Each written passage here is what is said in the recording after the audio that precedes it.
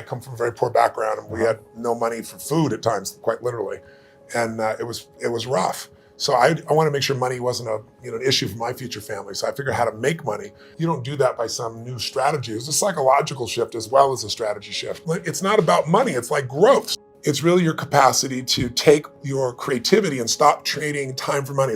Time to become the chess player, not the chess piece. Yeah. Let me teach you so you understand what's going on. It's not that complex. They use all these big words, but when you know what's going on, you don't get screwed. And more importantly, you take advantage of the system instead of letting the system take advantage of you. Here's the truth. 96% of mutual funds don't match the market. That means 4% succeed. Now, what are your chances of picking the right mutual fund? Because one of the things Ray Dalio taught me, he said, Tony, everybody invests in what they think they know.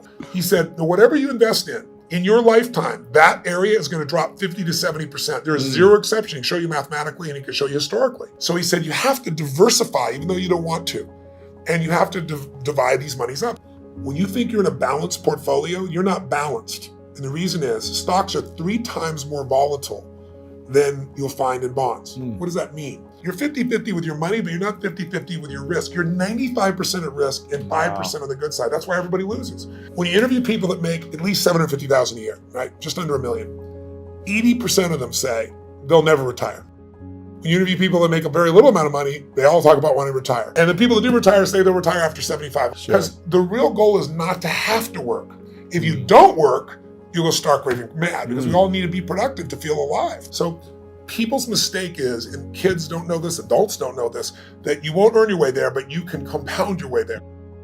I don't believe in emotional intelligence. I think it's useful, but I'm more interested in emotional fitness because intelligence is a capability. Fitness is a state of readiness. If you are fit, you can take that demand right now and you can deal with it. You can deal with that physical stress, that emotional stress. Same thing's true with psychological fitness, emotional fitness, right? So I'm pretty fit. And part of that is not because I'm so smart. Part of it is I've taught this for decades. The most powerful muscles to me are not physical, they're as strong as important as they are. It's like faith is a muscle, courage is a muscle, determination is a muscle, playfulness is a muscle. Passion unexpressed weakens. Faith untested gets smaller. So I'm always, I call it deep practice. I'm always pushing myself to the edge, and pushing yourself to the edge makes you stronger. But when things are bad, people think it's going to be bad forever. When things are good, they think it's going to be good forever. And they're always wrong. Life's cyclical. If you got $1 billion and every day you live pissed off and frustrated, the quality of your life is called pissed off and frustrated. But if you have nothing, but you're euphorically grateful for whatever you have, you're the richest person that you're going to know. He said, so it doesn't matter how much money you got if you don't have gratitude. Because I believe you have to condition it. You don't just hope that stuff shows up. So what are you most grateful for recently in your life? Gosh, so many things.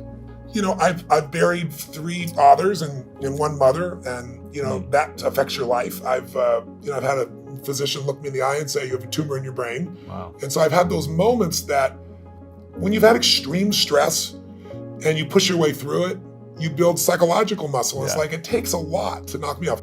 You keep expanding what I would call really the threshold of your influence. Everybody has a threshold of control. And if you get beyond it, you kind of freak out. So I was working 18-hour days and nothing was working and I was broke and I felt embarrassed, I should be doing better than this. Sure. And so I was driving home from Orange County on the 57 freeway in San Gabriel Valley. I can remember it so vividly because it was almost midnight. And I was at this breaking point. And then I was like, why am I not, doing better? And then I just pulled over the road, and I used to keep these journals. I still have them, written journals. And I wrote in big lines, the secret to living is giving. And I started crying. And I realized I am so focused on what am I not getting. I'm not focusing on what I'm giving. Yeah. So for 6 months, man, it turned me around. But then, something else to get in your body. It was in my head, it was in my heart, but it had to get in there to stay. And I started going through some really tough times, and I lost everything financially. And I was mad at everybody because I loaned a friend $1,000 and I'd been doing well, and he didn't even return my phone call. And I thought, I got to eat. So I'm not going to drive my car because I'm not going to spend the gas. I'm not going to pay for parking. I'm going to go to an all-you-can-eat place and load up for the winter, right? So I can get more, like 1 meal a day. So I walked there for the 3 miles, and I go, okay, I'm going to go and load up. And it was all about myself and getting through this. And this woman walked through the door, actually a very attractive lady. That's probably why I caught my attention. And I'm waiting to see who her boyfriend is, and there's nobody up there. There's a little guy down here. It was obviously her son. And he's wearing this 3-piece suit. He opens the door for her. He pulls out the chair for her. He stared into his mother's eyes. I mean, it was just pierced into her eyes. I don't know what it was, but something about him was just so moving. It was such a sweet, caring, loving young man to his mother that moved me. So I paid for my meal, walked up to this young man, introduced myself, and I had no plan. I just reached in my pocket, took all the money I had, changed dollar bills, and threw it right there in front of him. He looked at me like this. He goes, I can't take that. I said, sure you can. And I just walked out the door. But the reason I tell you the story is I had no car. I had no money. And what I felt was I should have been like, what the hell did you just do? I have no meal. What are we going to eat? Right. I went home that night. I laid out a plan. And the plan was going to take me, 10 days, 2 weeks. So I thought, well, people fast for a week. I could fast for a week, that type of thing. And I have this great mindset about it. And I woke up the next morning and I get the old regular snail mail shows up. And it's this guy I've called a zillion times who wouldn't return my call. I open it up. There's a check, $1,000 plus interest and an apology. Wow. So I'm sitting there and I started to cry, honestly. And I was just like, why did this happen, And I don't know if it's true, but I decided that day this happened because I did the right thing. Because I didn't have a plan. It wasn't a strategy. I just felt this little soul beside me. I knew it was right and I did it. And I didn't do it because I thought I could or I couldn't. I didn't even think about it. And that's the day I became a wealthy man because I didn't have any money, but scarcity left my body. You don't ever get beyond scarcity. You start behind it. You make a decision to get beyond it. And I had plenty of ups and downs since that time, various times in my life. But every interaction to me is an important interaction. And sometimes that interaction is just being kind. I know it sounds stupid, but kindness can, to the right place at the right time, somebody can be suicidal, you don't know it, they're being kind and it changes their state. Every single day, you got to feed and strengthen your mind. Until you do that, you're always going to be in fear. Because fear is automatic. The human brain is designed for survival. It's not designed for success. Your brain is not designed to make you happy. That's your job.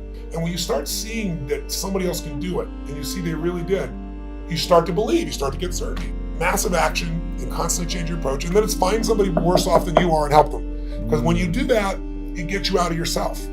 I feel like life is short, and while you're here, I want to have the most impact that I can. So I go deep and I go wide. What's your definition of greatness? To me, being great is being outstanding, to stand out from all the rest. And as you know, in sports, it can be by a few microseconds. If you stand out, you show other people what's possible. Not everybody likes that. Some people get angry and think you're showing them up. Other people get inspired. I've always been inspired by somebody who's the best in the world at what they do. And so I think greatness is somebody who just will not settle and finds a way to do, be, share, and create in life what they want, as opposed to fitting in. I think most people are trying to not be rejected. But if you want to have a quality life, I think you just have to put yourself on the line. And so to me, greatness is people that put themselves on the line, they keep growing, they won't settle. And so I want to give people freedom. To me, that's valuable. But, what I do with my life is I look at what I see that moves me. So when I find things that I'm very passionate about, I like to go deep. I think we live in a Facebook world, a Twitter world, a tweeting world, texting world, where people are, by technology, not realizing they're becoming more and more shallow. I mean, there are people ending relationships by texting them. And I think a lot of people are dissatisfied because technology is making us go faster and faster. So I look for things to go deep in. And I think in our lives, there's a few areas that matter. Your body, your emotions, your spirit, your relationships, your economics, your business. Those half dozen or so areas I like going deep in, and I'm going to keep doing it.